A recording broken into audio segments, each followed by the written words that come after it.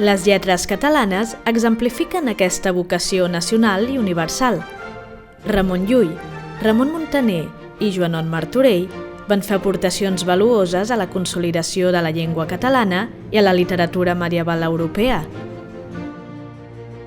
Jacint Verdaguer, Víctor Català i Joan Maragall, en diferents gèneres, van contribuir decisivament a l'etapa de renaixement cultural del segle XIX.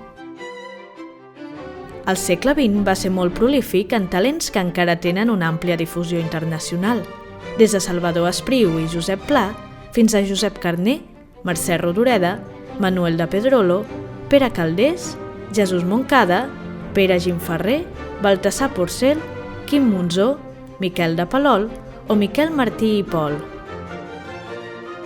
Catalunya ha estat des de sempre una cruïlla de cultures i influències.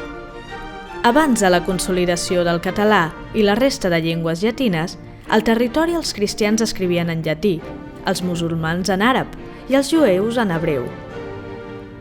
L'actual bilingüisme queda reflectit en la quantitat de notables escriptors catalans en llengua castellana, com ara Eduardo Mendoza, Joan Mercè, Manuel Vázquez Montalbán, Javier Cercas, Enrique Vilamatas o Carlos Ruiz Zafón.